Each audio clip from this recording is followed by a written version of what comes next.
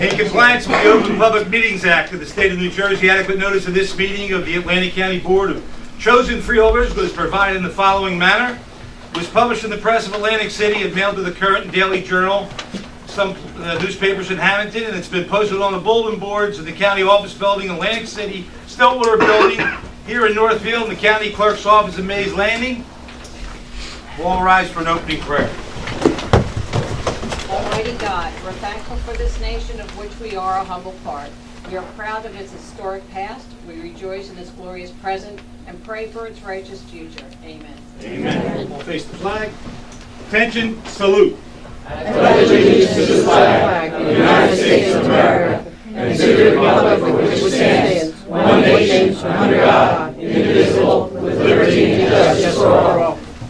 Roll call, please. Bennett. Here. Bertino. Here.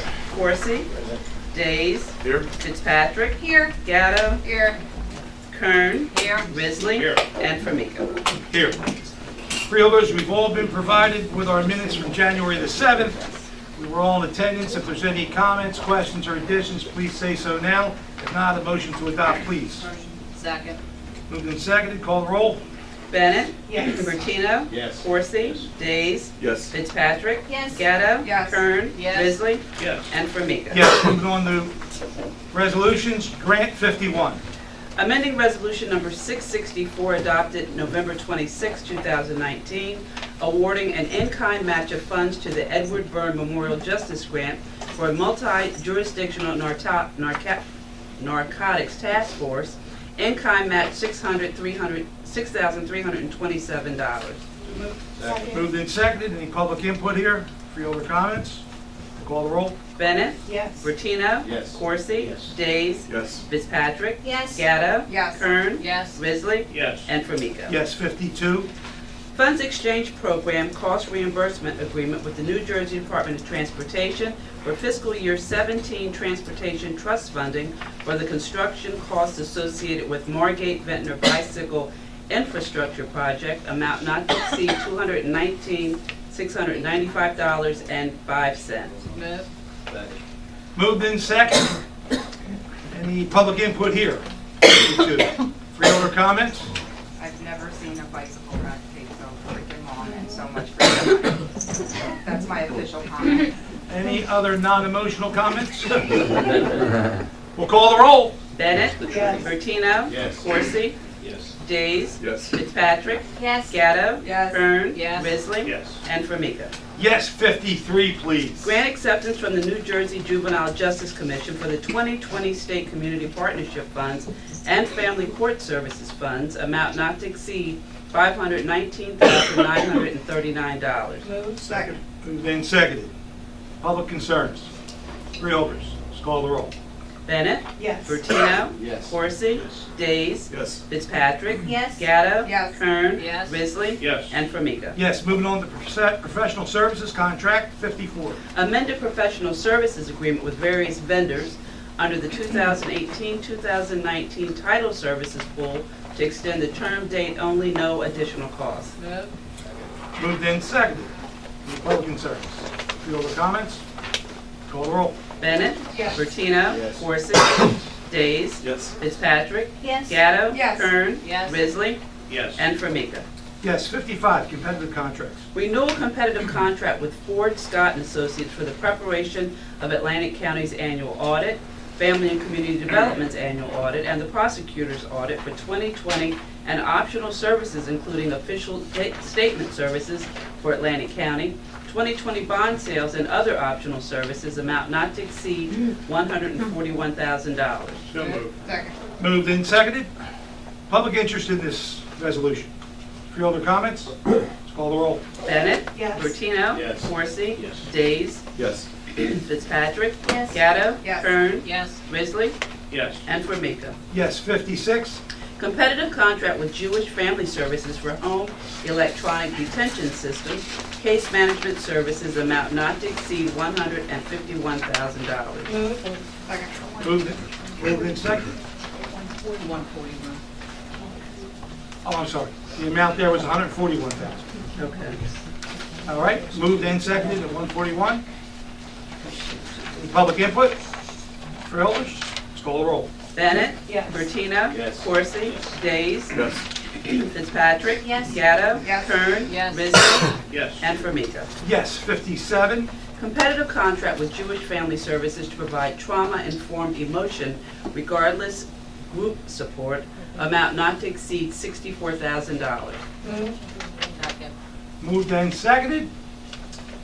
Any public input? Freeholder comments? Call the roll. Bennett. Bertino. Yes. Corsi. Days. Yes. Fitzpatrick. Yes. Gatto. Yes. Kern. Yes. Risley. Yes. And Formica. Yes, moving on to 58, please. Bid contract with various vendors to furnish and deliver additional medical supplies to Atlantic County, amount not to exceed $104,533. Move. Second. Moved and seconded. Public concerns? Freeholders? Call the roll, please. Bennett. Yes. Bertino. Yes. Corsi. Days. Yes. Fitzpatrick. Yes. Gatto. Yes. Kern. Yes. Risley. Yes. And Formica. Yes, 59.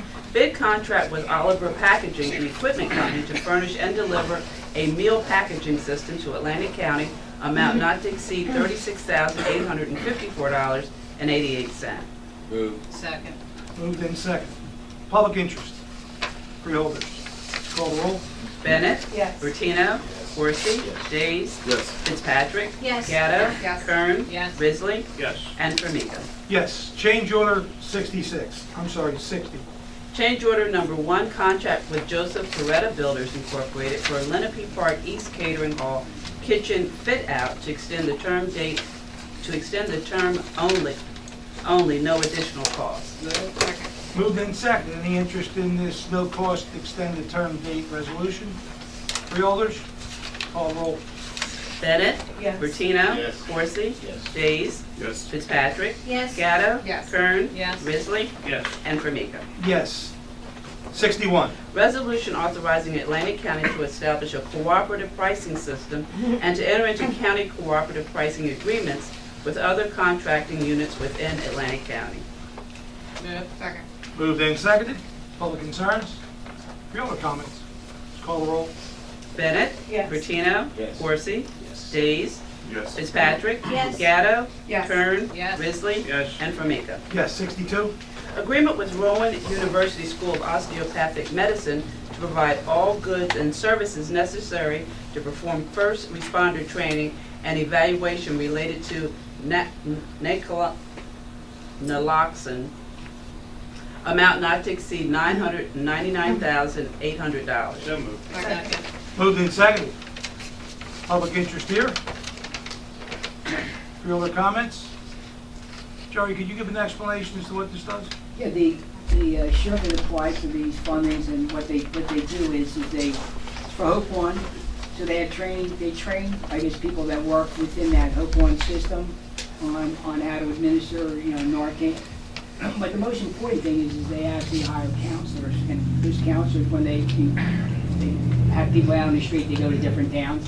Anybody who expresses, an interest to go into some form of detox and rehab, they're counseled and they're placed into a rehab, and then they're followed up with a recovery counselor. So that's Thank you very much, Jerry. Any other comments? We'll call the roll.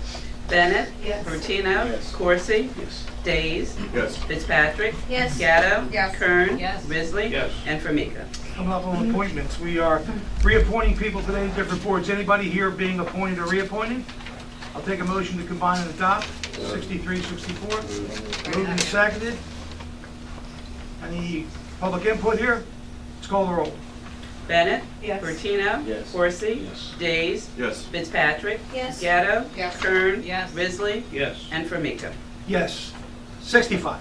Resolution requesting the legislature to consider amending New Jersey law to permit young children to receive the flu vaccine at New Jersey pharmacies. Move.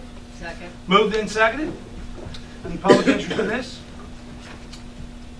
Yes, ma'am. Do you really think it's a good idea to have little kids getting a vaccine other than from their doctor? The accommodation on that is at the parent's request. So there's been many. Oh, I know they wouldn't just walk in on their Yeah, I own was and just say, saying, so can I have a shot? the request is that it would be more available than just the clinics. And, you know, I'm not a doctor to tell you what's a good idea on taking flu vaccines, but it's another accommodation that we're allowing you to request the parents. Any other comments, please? Chairman, do we know the origins of this resolution? Jerry? Didn't come from us, this came from the freeholders, correct? No, it wasn't from the Roger? I'm looking to see. Well, here's what I did see before, and sorry, I didn't immediately recognize it, but it's a letter from our county executive down in Slevenson, dated November 27th, to Amy Gattu, chairwoman at the time, in which he takes the position that he would appreciate the board of freeholders considering passing such a resolution. And, Thank you very much. It came to me as a freeholder request. I don't know if it All right, so John, you got that? Yeah, got it. Okay. All right, any other comments? We'll call the roll. Bennett, Yes. Bertino, Yes. Corsi, No. Days, Yes. Fitzpatrick, Yes. Gatto, I'm gonna abstain because I don't know the right answer on this for children. Kern, Yes. Risley, Yes. and Formica. Yes, moving on to 66. Resolution in support for the celebration of the 100th anniversary of women's suffrage, sponsor Amy Gatto. Second. Moved and seconded. Joe Gatto. Thank you. So you have a rather lengthy resolution in your packets, everyone, and I don't want to go ahead and read everything, but I did want to acknowledge that February 9th, 1920 marks the 100th anniversary in the state of New Jersey, becoming the 29th state to ratify the 19th Amendment, which granted women the right to vote. A couple other things I just wanted to highlight. After the ratification, Margaret Laird and Jenny Van Ness were the first two women elected to the New Jersey Assembly in 1921, and in 1925, Rebecca Estelle Bourgeois Winston of Estelle Manor was New Jersey's first woman mayor.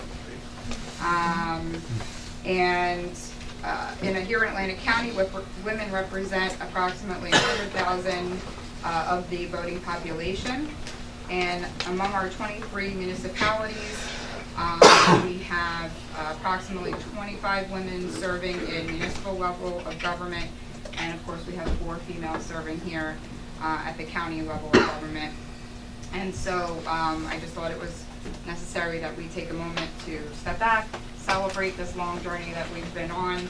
I'm wearing purple because that is one of the colors of the women's suffrage movement, representing the royal blood that flows in the veins of every suffragette. You might see white representing purity in private and public life, and green for hope and the emblem of spring. And I would encourage everyone to maybe wear some of those colors over the next week to just kind of celebrate where we are on that path. The actual full ratification came in August, so I think we'll have another opportunity to talk about this journey again in the summer. But again, in New Jersey, we're celebrating 100 years this year, and something that, of course, we're all very proud of.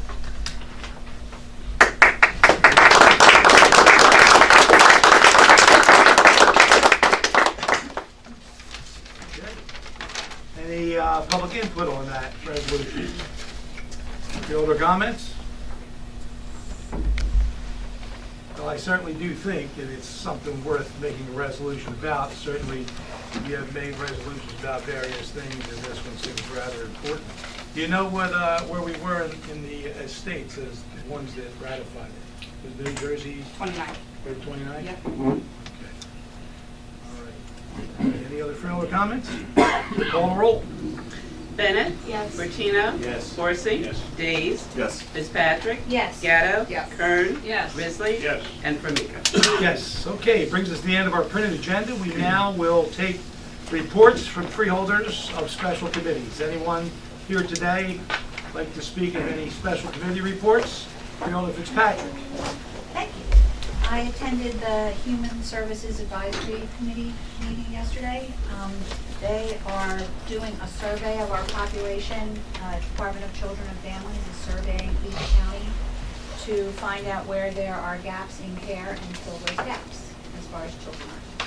That's the big news. Okay, thank you. I guess you'll follow up with a report from their findings. Yes. Anyone else, special committees? Yes. Yes, Alder Bertino. Thank you, Mr. Chairman. Just a reminder for the freeholders of the legislators' night that will be coming up March the 18th. It's going to be at Eastland Golf Course this year. It's been expanded to include all the counties: Atlantic, Burlington, Camden, Cape May, Cumberland, Gloucester, Ocean, and Salem. So it's a lot larger than it's been, and we get the legislators up to date on what are the issues facing the agricultural community. So please, if you get it, you should have received a letter and an invite. Please make your arrangements to contact them so they can get that council time. Thank you, Freeholder Bertino.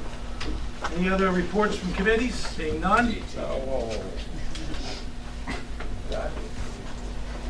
Well, the customary thing to do is to announce yourself, but go ahead. All seriousness, first of all, the Public Safety Committee met. We discussed the Second Amendment. We have asked our solicitor to find some additional information. Some of you were here at the last meeting and you raised some issues. We did ask you if you had any recommendations and suggestions that you forward them to our clerk. We have not put a resolution forward yet because we're still in the process of gathering information. I believe we did receive resolutions from Cape May County and some others places. And Sandy sends back some of the other information Okay. that asked for. Right, because Amy had some questions, so it's not that it's been ignored. We did have a committee meeting. I'm sure some of you were hoping that it was a resolution on today. We did not want to rush to judgment. It's something we take very seriously, and we've heard you. We've heard your concerns. Once we get and the committee members can chime in, once we receive our information back from our solicitor, we will then make a decision whether move forward with a resolution or before this board and they vote it up or down. But your concerns did not go unanswered. And I'm sure I can speak for all of my colleagues, we have received a multitude of the letters. And we take it seriously, and we appreciate your concerns and your comments. So that's, for me as the chairperson, my colleagues can chime in if they have anything additional to add. But we thought, at least I thought as the chair of the committee, it was a good meeting. We kicked some stuff around, and we'll wait to hear back from our solicitor when we go from here. Thank you. Any other reports from committees? Mr. Chairman, if I may, on this, I don't want nobody to think I will have to slide out for a meeting that I had scheduled at 6 o'clock. I wanted to make sure you understood that we did have a committee meeting, and you're not being ignored. And once we move forward, I just want to let you know I'm leaving, not that I don't want to hear you. I think I've heard you loud and clear. But I have to go to another meeting that was scheduled at the same exact time. Okay. All right, any other reports of committees by freeholders? Seeing none? Any unfinished business you want to discuss today? Seeing none, any new business?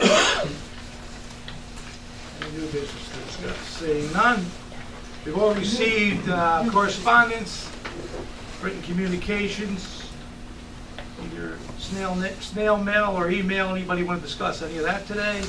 Yes. Freeholder? Yes. Ashley Chairman. Bennett. So I got a email from a resident in Egg Harbor Township about a pedestrian crossing signal on English Creek in West Jersey that's not been working for a while. And they also wanted to know if there could be some reprogramming on the pedestrian traffic lights to give pedestrians a head start before traffic. So I'll forward that to Jerry as well as to Freeholder Bertino. Thank you. Any Anything else in written communications? I have Freeholder Gatto? a lack of a written communication request for you to Jerry, if I may.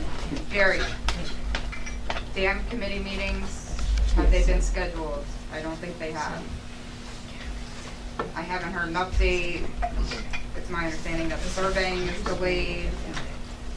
And I'm not getting any of this information from our staff, Okay. which means I'm getting it from frustrated other people. Well, okay, I'll check to see if they've been set up. I know that, I mean, I had a briefing today myself, so I'll have to, I'll ask if they've set up the meetings. Can it be more of a, you must set up the meetings for every Oh, month, yeah. as has been requested now for the last 3 months? Okay, I'll take that as a yes. All right. Who participates in these damn committees? Well, on the county side, it is, I think Doug DeMayo So we have runs it. we have our members in Hamilton So Township. the county, the municipality, how about the DEP or the dam commissioner, are they on it? As needed. Under normal circumstances, no, they're involved when we, if you remember, the most recent issue was hydrology and hydraulics of the dam. They've all been submitted to the state. I mean, the most recent thing that they've all landed on, the committee knows this, is the volume of water that DEP wants to come over the dam. So they've made that decision. That now drives part of the design. So I'll ask John to, Yeah. whether or not they, I know they know this because they explained it to me today that the full committee was briefed on that volume. And as I understand it, we're coming up against the in-water restriction deadlines for the utility bridge to get done. I understand there may or may not be work done in March. I mean, it would just be nice to have Right. consistent updates as Yeah. has been requested. Well, just, I mean, for you to understand is with respect to the bridge itself, there's a separate utility bridge that has to be built. DEP's regulations are April 1 for in-water. The Army Corps of Engineers, March 1st.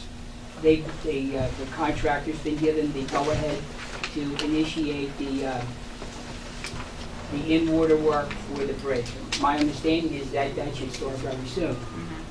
And I know I'm kind of coupling two issues here, Right. but it's all right there. And so, Okay. yes, I would just like to mention that there is no county elected official on the dam committee, though there are municipal elected officials. So if there's an opportunity, I'd be happy to volunteer myself to be that official. I'd like to be on the damn committee. I would like to be on the dam committee. The dam But committee there's like rules about who's a voting member and all that. So. The members are listed in it, Yeah. there's an agreement. In a like that. Jerry, we I'll ask can that, approach them and Yeah, I'll just, get Freeholder Gatto appointed to that. All right, anybody else that had any non-correspondence requests? But you didn't get a correspondence. All right, we'll close that and we'll open it up to the public. Anyone in the public, please come forward to the podium, state your name and municipality where you reside. Hi, Jean Meeker, EHT. Following up on the New Jersey for the Atlantic County 2A. So last time we were here, you talked about the proposed bills going through, and I do believe Sandy sent you those 44, correct? Correct. So one of the things I want to do is I'm going to read some headlines. I Googled, gang-related deaths in New Jersey, and it brought up the nationalgangcenter.gov headlines for New Jersey. You can click down and it gives you New Jersey. January 13th, 2020, New Jersey gang-related murder conviction in Brown Brook upheld. It was a gun-related. 12/31/2019, gang and drug-related public shootings are on the rise in Ocean County. December 9th of 2019, gang member sentenced to life in prison for murder, Newark, New Jersey. gun-related. December 5th, Newark gangster known as Homicide, sentenced to life in bystander killing, gun-related. 11/29, Newark gang member admit to drug and firearm offenses. November 19th, 2019, 2 major New Jersey heroin gang operations taken down, illegal firearms are seized. November 16th, 8 members of the So Icy Boys sentenced to prison in New Jersey. Part of that article said that 2 members of the gang were murdered and another was wounded in a shooting involved in an internal dispute. September 25th of 2019, alleged gang member charged with shooting at New Jersey cop. This was in Burlington County. September 23rd, 2019, alleged gang member had gun while fleeing Atlantic City police charges claim. August 22nd, leader of violent East Orange street gang charged with drug and gun offenses. August 13th, gang member sentenced in killing of beloved Plainfield man. This is in Union County. He was just a bystander when they opened fire on a crowd. We also, right in Pleasantville, had a gang come to the high school for a football game. They could care less who was there, and they just shot and killed a poor little boy. We are keenly aware So- of the gun violence in the state, and we also had somebody murdered in their house in EHT. EHT just about 2 weeks ago. So- It was a friend of mine's nephew. So. Right. So I'm Thank you. trying to point out to you and some information that it is not the legal. All of the 44 that are proposed to raise the age to get a firearm purchase card from 18 to 21. How is that going to stop all of that? The legal people are not, the problem. I would require a firearms education program to get an initial firearm purchase card. How many of those that I just read off do you believe have a firearms purchase card? And do we want them trained? If they did have it, let's train them. Okay, so they can really shoot and fire and get the target that they want? I don't know about that. I just don't know how any of these proposed bills, those 44, are going to stop the violence that has been listed, as I said. I looked at the New Jersey leading causes of death for 2017. That's the latest. Heart disease was the top at 18,000. Number 10 at 1,337 was flu and pneumonia. Gun deaths? We only had 478. Why the heck do we need any more bills against us law-abiding citizens? And that's some of the things that I just wanted to bring up, to bring to your attention that, you know what, we are the ones that are suffering here. These gangs don't care. That's this is just an assumption. That's probably where most of the 478 came from, is gun-related deaths. So if, people are really intent on getting the gun deaths down, you don't need to look towards laws and everything. You maybe need to support systems in those areas where people don't turn to gangs. That's all I have to say. Okay, thank you very much.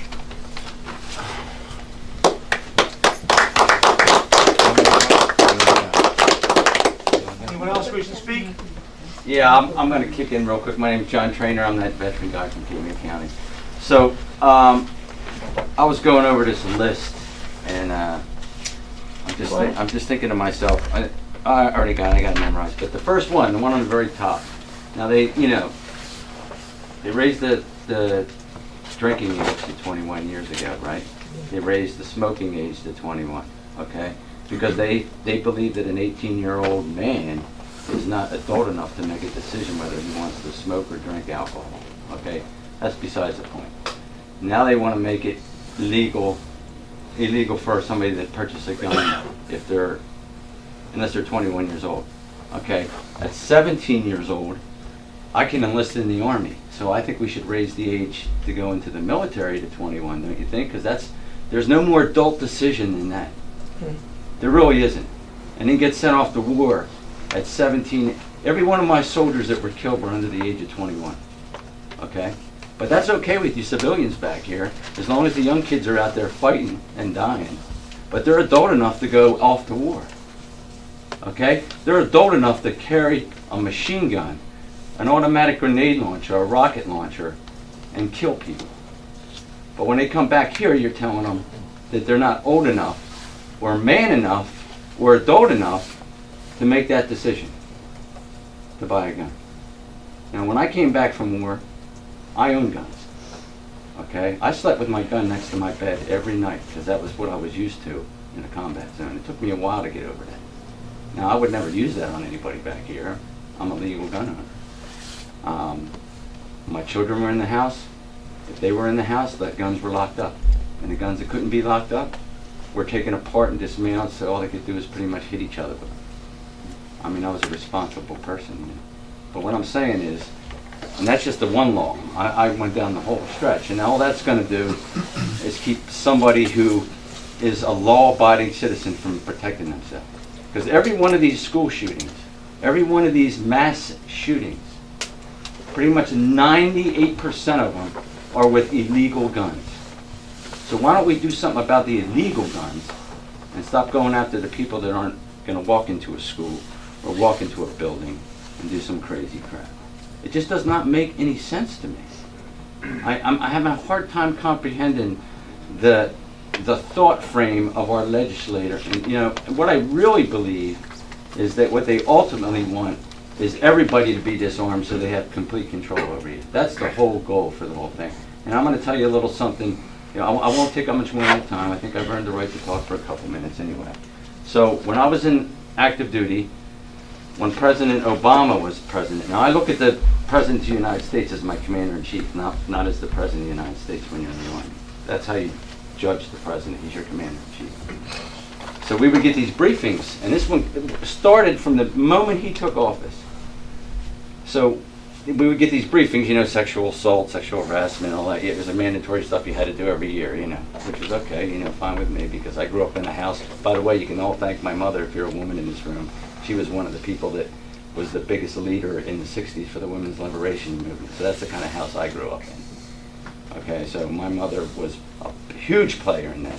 And then she had me and she had to give it up. But, you know. So anyway, we would have these briefings and an officer would come in, and one of the questions they would ask us is, if the President of the United States gave you an order to help law enforcement confiscate guns, would you do it? Not one hand went up in the room. And I'm going to tell you right now, the military, including the National Guard, will not point a weapon at a United States citizen and take away their rights. It's illegal. I hear all about that stuff in Virginia. It's not going to happen. An American soldier will not do it. He can say no because it's an unlawful order. It goes against our oath. It's not going to happen. So for any gun grabbers, it's not going to happen. The military, it's against the law, and we're not going to do it. Also, Fort Hood, when I went on my last deployment, a friend of mine was stationed there. He says, I want to show you something if you got some free time. So if anybody's been to Fort Hood, it's about the size of southern New Jersey. It's one of the biggest bases in the Army. He took me to the other side, which took about an hour drive. 20 to 30 acres of nothing but up-armored UN vehicles on American soil. Okay? There's only one reason for them to be there. They have no business being on our soil. And then I found out that every major base, large base, had the same cachet of up-armored UN vehicles on it, brought in by rail, by car. There's only one reason for that, because they know they can't use us. They'll bring the UN in. Now that's the truth. I'm not making that up. That's the honest to God truth of the stuff I saw in my last few years. That's why I'm retired now, because I'm not going to have any part of it. I mean, I don't know about the oath. I sat and watched the deputy mayor get sworn in last night in Lower Township. And he took an oath similar to mine to the Constitution, and then also to the Constitution of the state of New Jersey. Now, I don't know how serious politicians take that oath, but everybody in the military takes it absolutely serious. So it says right in there that we will defend the Constitution against enemies, foreign and domestic. Not just enemies foreign, domestic, that threaten the Constitution. So, I just don't understand why we're being targeted. And the first group to be targeted when all this gun grabbing and all these mass shootings started was the veterans. And why do you think that is? Why do you think we were targeted first? PTSD, there was some crazy congressman saying that veterans have no right to own weapons. because they're crazy and they're murderers, they're lunatics, you know. The reason why we were the first group targeted is because why? Because we can fight back. Because we're trained. That's why. That's the obvious truth, you know. And I remember the psychiatrist saying to me when I went to get my PTSD CMP exam, one of the first things he asked me, the two questions is, do you feel like killing yourself? Do you ever feel like taking your life? Do you ever feel like taking the life of somebody else? You have to be very careful when you step on that line. You don't want to cross it. So I answered him basically, I think everybody in this world has thought about taking their own life at least at one point or another.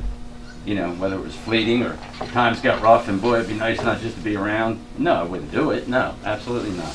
But I can tell you, it seems like they act like the only way a veteran is going to commit suicide is by putting a gun to his head. It's not true. There's a million other ways to kill yourself. Taking another life?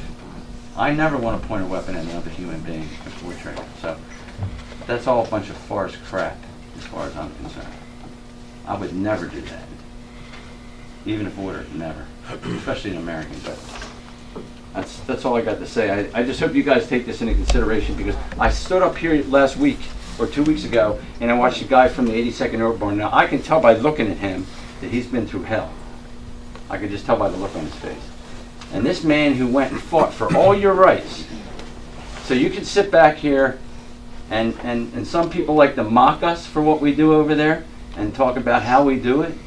But he sat over there and I've been over there and he fought for your rights and he had to sit here and beg for his rights in his own country that he fought for. And I thought that was just disgusting. Excuse me, sir. Yeah. Nobody has to beg before us. No, I know, but You're did. presenting it. Yeah. And I think I can speak for everybody here. Right. We are putting a good amount of effort into this. I appreciate it. And certainly, you know, individually, I'm sorry, a I got Vietnam a era little vet emotional. myself, and I know how you feel. You're passionate, and you earn the right to talk about it. But we're going to do everything we can to make everybody in this group feel like you're honored for the rights that are imbued in our Constitution. I appreciate it. That's all I got, ladies and gentlemen. Thank you. I'm going to have to run out, like I said, but I just have one more question before I leave. I did ask the last question at the meeting, have you notified your assembly and senators? Because as we told you before, we could just pass a resolution here, but it has to still come from our state lawmakers, and I don't think I got a response back to that. And I think, I don't know if we did or not, but I think we can give them all the addresses and all the numbers so that they can do that. We're having an event this weekend in Cape May County that Van Drew will be at. We are, We talk about this is we not, talk about your state That's the legislators. federal Well, lawmakers, everything that you're we have concerned about are state lawmakers. Assemblyman, There's going to be a couple of yeah. in there. They're the ones that- The whole point is this is small, we're starting at the bottom. We want to make sure everybody's on board before we go after them. So we got people behind us, backing us to get the things changed in the Constitution the way they should be. Of course, he said, we're going to do our diligence here and deliver what we think is the best example of honoring the rights that are in the Constitution. And the press actually came out with an editorial, which I thought was rather amazing. They actually applauded the effort of trying to make this a Second Amendment sanctuary city, sanctuary county, with the caveat that if you're pursuing the change in legislation, Right. that's the key. Not just to name it something, but actually continue on. No. This is just the beginning. Well, okay, well, I'm just saying, we have to take that into our consideration too. Yeah. Yes, please. Is it all right if I give it my view? Can I Well, say that's the what reason this why is? we're here. Okay. Just tell us your I just- name I and mean, what I- municipality My you name is Sandra reside in. Russo, I'm from Northfield. I guess I just have a question. I assume that most people who are legal gun owners are doing the right thing. I would also assume that most gun owners obviously don't want crazy people, not crazy, I shouldn't say that, people who have some far off philosophy, or even people who have, unfortunately, maybe some mental situations having guns. I'm sure the red flag law, I thought that would probably help enormously. Apparently there's been a couple of hundred guns that have been surrendered. These are families who probably had a very, very hard time facing a family member and realizing that something terrible could happen if there were guns in their home. I also assume that most gun owners also believe in the universal background checks. I didn't think these things were so unusual, and I don't know. I know of gun owners who feel as if their Second Amendment is not being threatened right now. So this sanctuary, city, I know language that's being spilt over to a gun sanctuary. I don't know what the need is, and I think what really bothers me is there could be a progression to where maybe open carry might not be so unusual. There's many things, and there's a lot of us out here who find the violence that happens on a daily basis so frightening. I mean, I know of kids who are petrified going to school. This was never when I was a child. This was never the next generation to me. And I think we have to always give consideration that we need to talk with each other more. There's a lot more people who have guns in their homes, so I know they go from zero to being possibly very emotional about this situation in a short amount of time. And protecting our lives is very, very important. So I think all sides should be presented. Okay? Thank you. Anyone else? Please come forward. Yes, ma'am. Hello, everyone. Again, my name is Sandy Hickerson. I live at 210 Upland Avenue here in Absecon. And yes, I'm here on behalf of the New Jersey Second Amendment Sanctuary Movement. And Freeholder Corsi stole all my thunder. So I just wanted to thank all of you and the Public Safety Committee for doing your homework, for doing what you said you were going to do. We came here 2 weeks ago, a large group of us, standing up for our Second Amendment rights, and you said that you were going to look into things, and you did. I received the email from Freeholder Gatto, and I appreciate that. I appreciate everything that you're doing to try and make this right, because as Freeholder Corsi said, yes, we need to hear from the solicitor. Yes, we want this to be right. This is not something that we take lightly. And so, and just as this lady said, background checks, yes, absolutely. And as she started to say, we don't want the, quote, crazy people owning guns. No, not at all. I don't know if people realize the process when you go to get your firearms DD card, get your gun permits. You go through numerous background checks. It's not taken lightly. So I want to make sure that that's perfectly clear. And as far as the red flag laws, yes, there's been several hundred cases of red flag law here in the state of New Jersey, and those families did not, as this lady said, surrender their guns. Their guns were taken from them.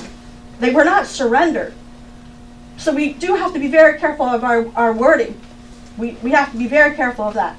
But again, I didn't want to get into a lot of things. I just simply wanted to say thank you. Thank you for doing your homework. Thank you for looking at this. Thank you for hearing from us and doing what you can, doing your part. We greatly appreciate that. Again, if there's anything that we can do, questions that we can answer as law-abiding gun owners, you can reach out to any one of us, and we would gladly help and answer questions and that sort of thing. So again, I just thank you. Thank you. Yes, ma'am. Mr. Formica, is there a name to your organization? To their organization? I don't know what it is. I specifically represent the Atlantic County Second Amendment Sanctuary. We have a Facebook page. We also have a website, New Jersey Second Amendment Sanctuary. You can see that website on the internet. Thank you. My name is James Cassis. I live at 6 Hollow Drive, Egg Harbor Township. Right, and I want to respond to this lady here. I personally remember climbing underneath my desk when we had to worry about dropping a bomb. So I do remember some of these situations. Unfortunately, in today's world, a lot of stuff gets media attention. It's on the radio, it's being brought up, a lot of training. But your children have more chance of being struck by lightning than being shot in their school. Your child or your grandchildren have more chance of dying in a car with their friends because their friends are texting and driving. Yet nobody is having an anxiety attack getting in a car with their friends when they're using their cell phones. I think that due to the hypervigilance that it tends to, I know my wife's a teacher, she works in the school system, so she's also in this situation, and it makes the kids very frightened. But the reality is, the chances of this happening in the school system is extremely rare. And in regards to the red flag laws, I've also worked in mental health for a while, and when you have a law that concentrates on an object instead of the person, any of these 200, there were actually 200 guns that have been removed from homes. How many of these people were taken to a mental health facility? We had a case, I believe it was Illinois or Iowa, I get confused, where a man's weapons were taken away from him under the red flag law. 2 days later, he stabbed his mother to death with a samurai sword. If the person was a danger to himself and others, why did they remove the gun and not the person? So the problem is, it's not, he could have used a samurai sword, he could have used a frying pan, he could have used a pillow. If there's a danger, then the person should be removed from the public to protect the public. He could have just as easily used a car and ran somebody over. And then there's also no due process. These guns are being taken away and nobody's being informed. Somebody's just showing up at your house. You could get a knock at 5 o'clock in the morning, somebody's banging on your door to come take your weapons and your firearms, and you have no idea what it is. It's not that we're against keeping dangerous implements away from the mentally ill, but the problem is you can't just remove an item and leave the threat there. Okay, so you have to remove the threat. The gun is not the threat. The person is the threat. And that's one of the reasons why the red flag laws are doomed to fail, I believe. Also, I don't know if you know, in Colorado, there was a police officer who had, in the line of duty, had to shoot a man armed with a knife. He was acquitted of any wrongdoing. The mother of the man that he killed filed 3 red flag laws against the police officer. So this is a perfect example of abuse where anybody without any proof can file red flag laws, and the person that's being accused has no idea what's going on. Somebody just shows up to your door, could be in the middle of the morning, the middle of the night, and be able to take your firearms and even come into your house without your permission and do a search and seizure, which is a violation of the Constitution. And that's the problem we have. New Jersey red flag law is based on good cause instead of probable cause, and I know they're trying to change in how that's being carried out, but again, that's another violation of the Constitution. You need probable cause before you can do a legal search and seizure. So that's some of the problems we have with the laws. Again, it's not about the mentally ill. She talked about the background check. We also get a mental health check where they check to find out if you've had any kind of mental health admissions or any kind of documentation that shows that you've had mental health issues. Granted, mental health is something that can change. It's always a possibility, but again, the person can just as easily use some other form of violence, and it doesn't have to be a gun. And if the person is a danger, then the person should be removed. One more thing, you guys asked us about which of the 44 laws that we had the most problems with. And one of the laws they're talking about is they're redefining what an assault, actually not even using assault firearm anymore, they're using assault weapon. So that instead of assault rifle, they can apply it to other things. Give the bill number on that one? I don't have the number. Do you have the number of the bill? If you could just encapsulate, well, basically, priority. Basically what I want to say is that in 2000, the latest 2017 FBI statistics for homicides with long arms, which means rifles. It could be a shotgun, it could be a bolt action, lever action, semi-automatic, or what they call assault weapon. There were only 298 deaths in the United States from long rifles, or long guns. Yet, there were 1,500 deaths with knives. Instead of us concentrating on an implement being used, we should be looking at the cause of the violence. Absolutely. Well, we are going to try to address what was asked of us. Right. To look at your request to declare the Second Amendment sanctuary classification, get it in the proper legal language that ensures the rights that are imbued in the Constitution under the Second Amendment. That's all we're going to do. I understand that, but there was a question that was asked of us, and I want to bring it out. Yeah, I mean, way back in the 1970s, there was bumper stickers. Guns don't kill people, people do. Yeah. So that's how long the philosophy has been. And I implore everybody, instead of listening to talking points from different groups, that you actually go to the source, FBI statistics, CDC statistics, and look at the actual numbers.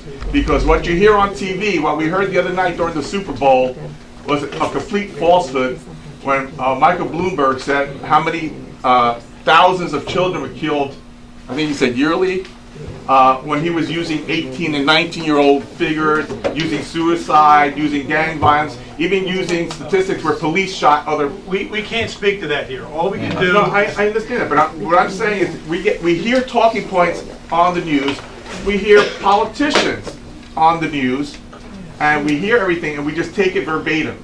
What I'm asking people is to be informed and actually go to source information like the FBI and the CDC to get that information. Thank you. Anyone else in the public which to come forward? Let her ask her No, question. go ahead. No, you go ahead. Go ahead. Ladies before gentlemen. No, go ahead. Okay. Adam Hood from Egg Harbor Township, New Jersey.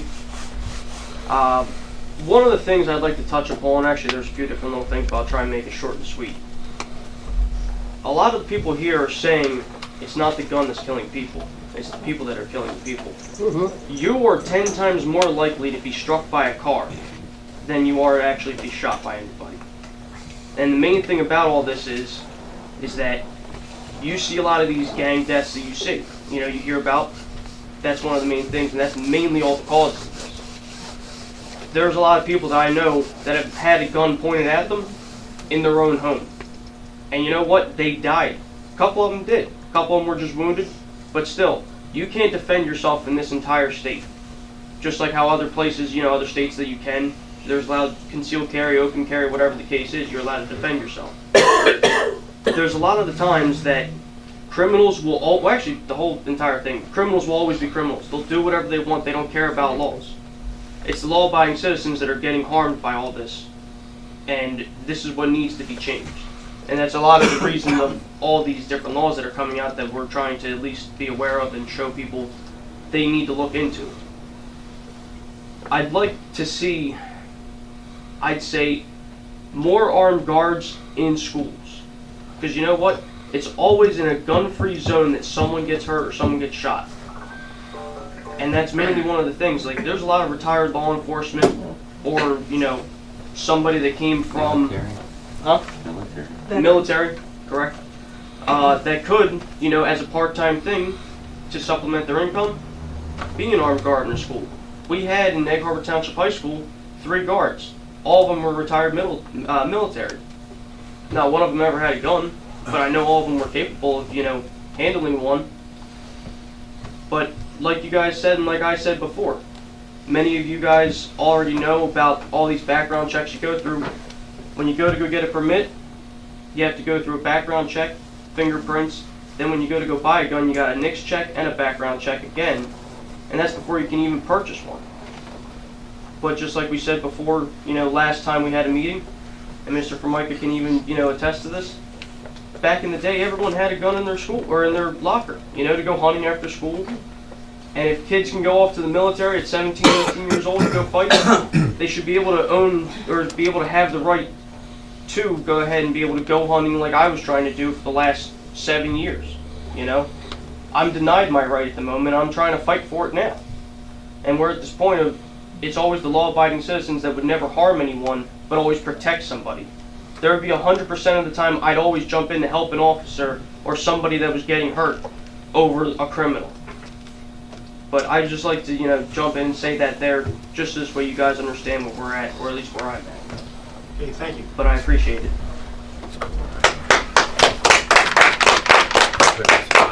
Yes, ma'am?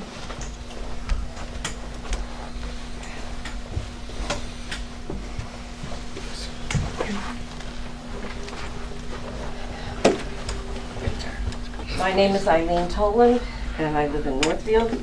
And I know I'm not allowed to ask Mr. Hood a question, but I can't imagine that he was able to take a gun and put it in his locker at school to go hunting after school. He was. I was. Are you serious? Yeah. Holy Spirit High School, They used to take 'em in their 1967. vehicles. Absolutely. Jesus. Sometimes you change, right? Times have changed. Yeah, well, I used to put my little kids in a play yard outside, like a, what do you call it, a playpen. But my God, you'd never even leave them out on your porch today without you sitting there. But anyway, last night while I was dumping emails, I came across one dated on January 6th from the U.S. Concealed. It was inviting me to begin applying for a CCW while the window was still open.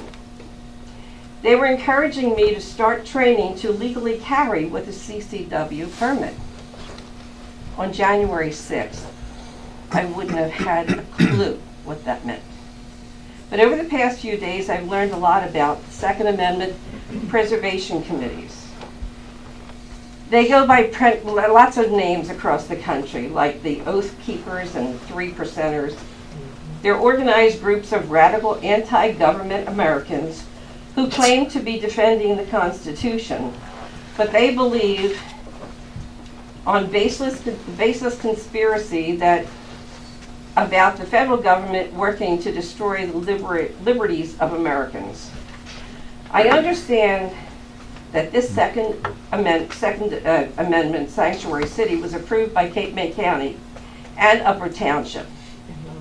Now I ask you guys, where on the bridge coming from Ocean City to Summers Point does Cape May County end and Atlantic County start? Pennsylvania has had an open gun carry law.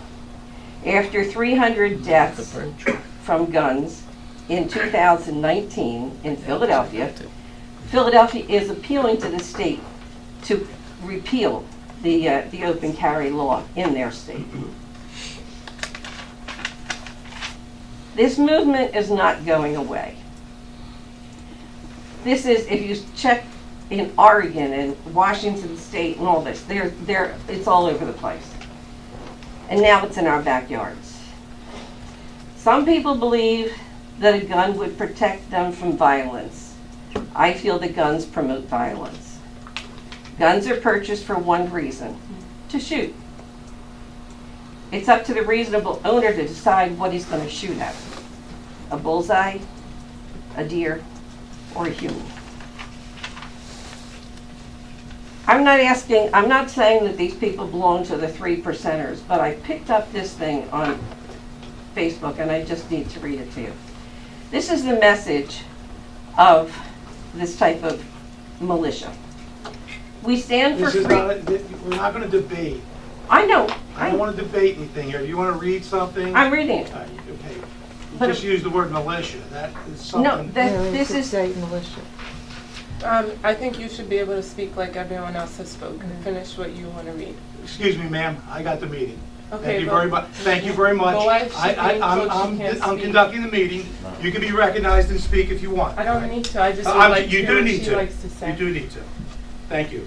You have Go ahead, Ms. Tolan. Go ahead. We stand for freedom, liberty, and the Constitution. We will combat all who are corrupt. We are America's insurance policy. We will not see our republic fall. We are everywhere. We are the 3%. Scares the hell out of me. I don't know about you. Thank you very much. Anyone else wish to come forward and speak?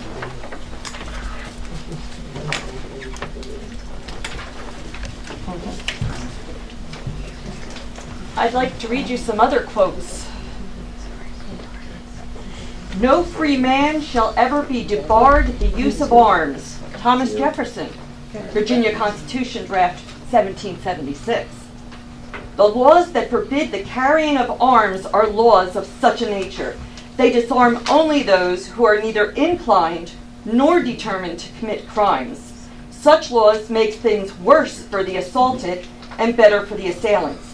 They serve rather to encourage than to prevent homicides, for an unarmed man may be attacked with greater confidence than an armed man. Thomas Jefferson, Commonplace Book, quoting 18th century criminologist Cesare Beccaria, 1774 to 1776. The Constitution of no, not that one. They that can give up essential liberty to obtain a little temporary safety to deserve neither liberty nor safety. Benjamin Franklin, Historical Review of Pennsylvania, 1759. To disarm the people is the most effectual way to enslave them. George Mason, June 14th of 1788. I ask, who are the militia? They consist now of the whole people, except a few public officers. That's George Mason, addressed to the Virginia Ratifying Convention, June 4th, 1788. Necessity is the plea for every infringement of human freedom. It is the argument of tyrants. It is the creed of slaves. William Pitt the Younger, speech in the House of Commons, Ma'am, November 18th. I believe you have plenty of... So, this should make us afraid, shouldn't it? And thank you for your input. I think we got it. Anyone else wish to speak on any subject? I'd like to speak. My name's James Wolf. I live in Summers Point, New Jersey. I think we're getting a little off point. Like, the problem is that the laws are unrealistic. Like, if, say, I'm going hunting and my mom calls me on the way home, I stop by her house, I can be arrested because I can go from hunting to home, period. Like, or by stopping to get a cup of coffee. Now, Supreme Court Justice, I forget his name, said he doubted a cop would do that. Well, just recently, well, not recently, about 2-3 years ago, having no friend of mine, he went north instead of south to pick up his paycheck, and he was on his way to West Virginia to hunt, and he ended up getting charged because he had his gun, and he wasn't direct line. He was going north, and West Virginia's west. So, that's all I wanted to say. We're getting way off point. Like, there's just too many laws, and it's too much. So if I could just, encapsulate everything. A group came here asking for us to recognize Second Amendment rights under a concept that is called Sanctuary Second Amendment County. We're studying it.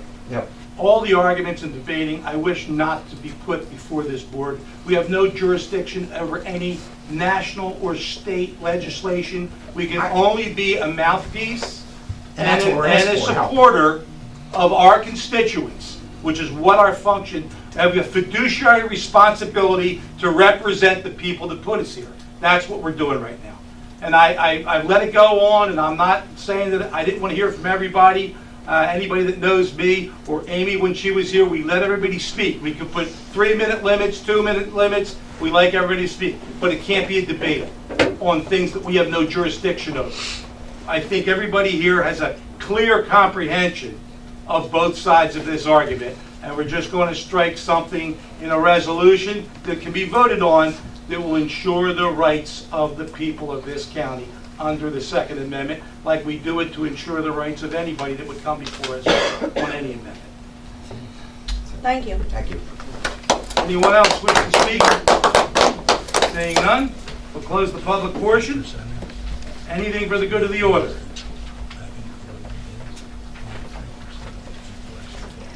Got something.